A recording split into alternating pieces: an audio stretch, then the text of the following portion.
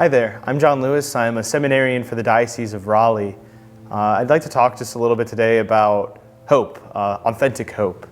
When we hear the word hope, usually it's, in the context of like a film or some great story, and usually we hear our protagonist or a group of protagonists talk about possessing hope, as though it's this sort of ethereal thing, like this sort of distant thing that they're just trying to have in order to have confidence in themselves, to be optimistic about the future that they're trying to achieve, the goals that they're after.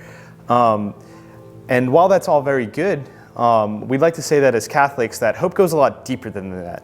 It's one of our theological virtues. It goes beyond just sheer optimism that the future that we desire or a positive future is one that will be guaranteed. No, hope is very much relational with God.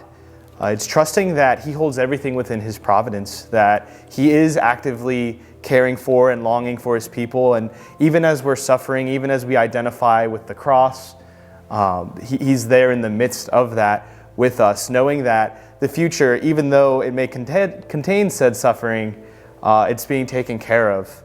I'd like to just encourage that amongst these times where we can easily fall into one of the extremes, a defect of hope, that being depression and despair, that we're able to keep in the confidence knowing that even amidst the suffering, even amidst things going wrong, that's actually where hope thrives the most. It's in the middle of said suffering. But we also want to be careful not to go into presumption, to presume that things will be fine and that, that we don't need to act accordingly or act in a way of prudence. That's not the case at all. Hope allows us to be within the moment, trusting with the Lord. And a perfect example of this is the story of Job, a man who is constantly thrown into situations where he is encountering deeper and deeper suffering, deeper and deeper darkness, and even despairs himself. But I'd like to point out towards the end of the book of Job, what he says when he's able to repent and turn to the Lord. He says, "I know that you can do all things, and that no purpose of yours can be thwarted. Therefore, I have uttered what I did not understand, things too wonderful for me, which I did not know."